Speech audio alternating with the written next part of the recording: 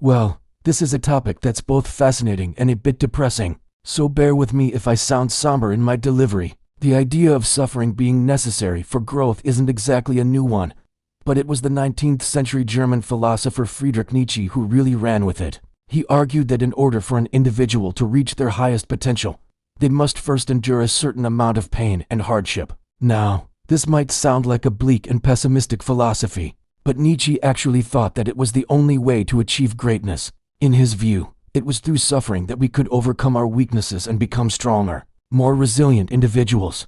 So let's talk about Nietzsche's theory of suffering as a prerequisite for growth, how it might apply to our lives, and why it is not necessarily the bad thing that we all think it is. Nietzsche was born in 1844 and died in 1900. He was a German philosopher, cultural critic, and poet. He's considered to be one of the most influential thinkers of the 20th century, known for his radical ideas and aphoristic writing style. Some of his famous works include Thus Spoke Zarathustra, Beyond Good and Evil, and Twilight of the Idols. Nietzsche's philosophy is complex and multifaceted, but one of his central ideas is that suffering is necessary for growth. This idea is most famously expressed in his book Twilight of the Idols, where he wrote, "Without music, life would be a mistake. Without suffering, no growth, no maturity, no art, no wisdom." Now, Nietzsche wasn't saying that we should go out and seek suffering. Instead, he argued that suffering is inevitable and that we should embrace it as an opportunity for growth and self-improvement.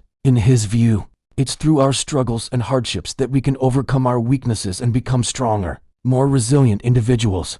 This might sound a bit extreme or even callous, but Nietzsche wasn't suggesting that we should just toughen up and bear our suffering in silence. Instead, he argued that we should confront our problems head-on and try to understand them in order to learn and grow from them. In his view, it's in our darkest moments that we have the opportunity to discover our inner strength and resilience, and by embracing our suffering, we can ultimately become better, wiser people as a result. In Nietzsche's view, suffering is a necessary part of the human experience. He believed that we all have weaknesses and flaws that hold us back from reaching our full potential, and that it is only through suffering that we can overcome these limitations. For example, he argued that we all have a tendency to blame others for our problems and to make excuses for our failures.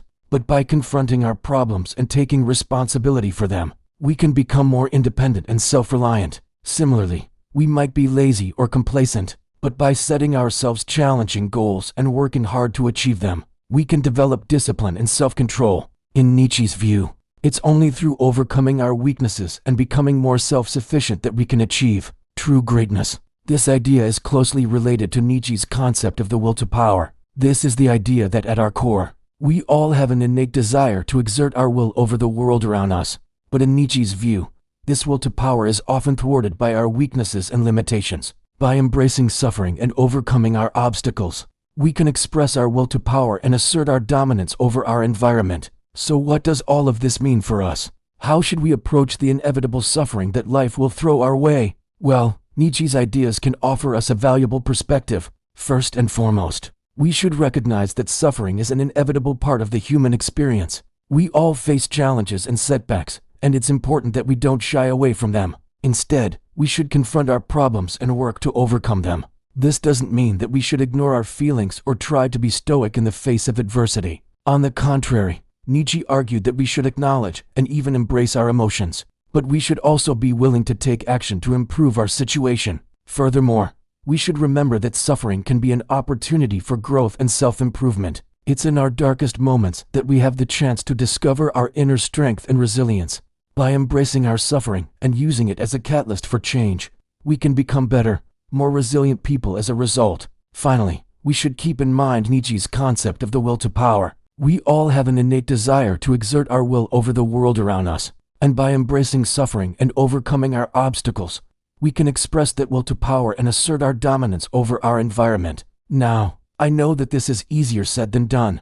Many times we find ourselves stuck in a cycle of negativity and self-pity when faced with adversity. But it's important to remember that this is a choice that we make every day. By focusing on the negative and making excuses for our shortcomings, we only reinforce our weaknesses and prevent ourselves from growing as individuals.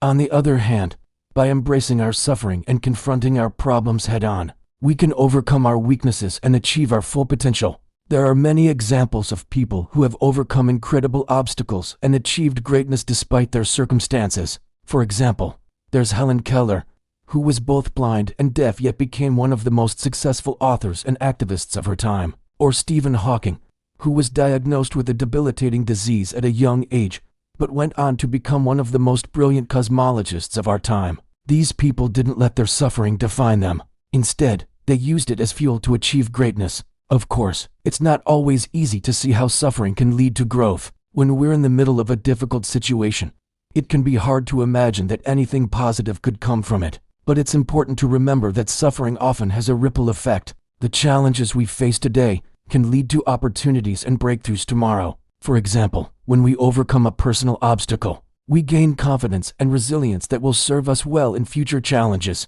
Or when we experience a setback in our career, we may be forced to change direction, which ultimately leads us to a more fulfilling path. It's also worth noting that suffering isn't always bad in itself. When we embrace it and use it to our advantage, we can achieve great things. For example, artists and creators often draw inspiration from their pain and use it to produce some of their best work. Similarly, many successful entrepreneurs have faced significant obstacles in their business careers, but they've used these setbacks to innovate and create new solutions.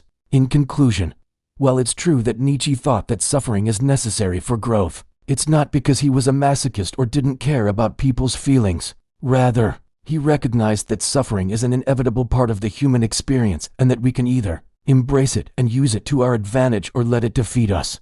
By confronting our problems and using them as opportunities for growth, we can become stronger, more resilient individuals. So the next time you're faced with a challenge, remember Nietzsche's words and use it as a chance to prove yourself wrong and achieve something great. Don't forget to stay tuned for more videos on philosophy and psychology. Thanks for watching, and I'll see you in the next video. The postulate "suffer to grow" reflects one of Nietzsche's most central and uncompromising insights: that suffering is not an enemy to be avoided at all costs, but a vital force in the development of strength, character, and wisdom. For Nietzsche, life's most profound growth rarely emerges from comfort or ease. It is born out of struggle, pain, and the overcoming of obstacles. He saw suffering not as a meaningless burden, but as the raw material from which greatness is forged. Nietzsche rejected the idea that happiness should be life's highest aim. In his view, the pursuit of constant pleasure and the avoidance of discomfort lead to weakness, stagnation, and mediocrity. The human spirit, he argued, is like a muscle. Without resistance, it atrophies. With resistance, it grows stronger. Challenges, failures, and moments of deep pain act as a forge in which the self is tempered, burning away illusions, forcing self-reflection, and revealing untapped reserves of willpower. This perspective demands a radical rethinking of hardship. Instead of seeing pain as something to escape, Nietzsche invites us to embrace it as a teacher. Suffering exposes our vulnerabilities, but in doing so, it offers the opportunity for transformation. Each crisis becomes a test of our capacity for self-overcoming, the process of rising above our current limitations to become something greater. Those who accept this process are not crushed by misfortune. They use it to sharpen their mind, deepen their resilience, and expand their understanding of life. Nietzsche's call to suffer to grow also contains a warning. A life without struggle is a life without depth. Comfort breeds conformity and dullness, while hardship forces creativity, courage, and the revaluation of our values. Many of history's most influential thinkers, artists, and leaders, Nietzsche observed, emerged from periods of intense suffering that shaped their vision and gave weight to their work. Pain, in this sense, is not an obstacle to meaning. It is one of its primary sources.